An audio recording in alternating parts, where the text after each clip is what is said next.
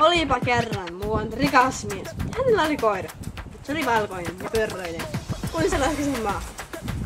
Sitten hän käveli grillin luokse, isteli siihen, otti tupaakan ja alkoi oikeesti. Mä menen mun koira karkaa.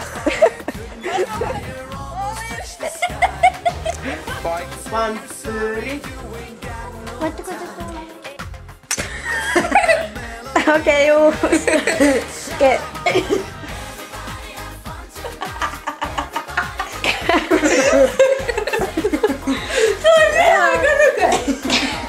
Oikeesti.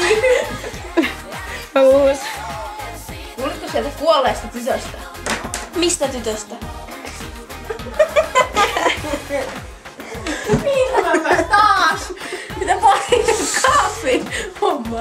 Ois. Kuulitte siitä kuolleesta tytöstä? Mistä tytöstä? Missä Sari on?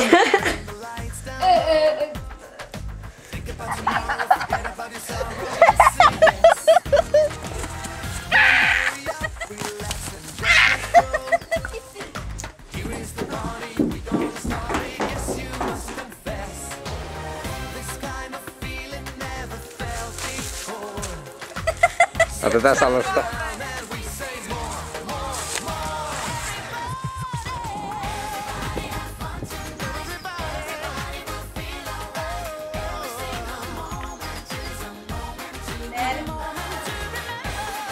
Mä sanoisin vampyyri. Eeri! Sä jäit taas! Mä sanoin vampyyri. Jakkuu!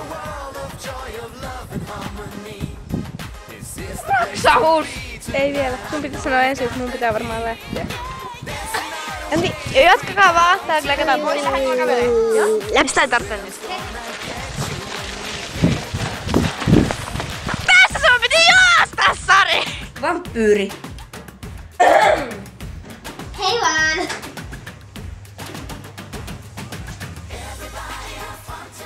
Poikki! Mun kengät ei mene jalkaa. Leikataan sitten.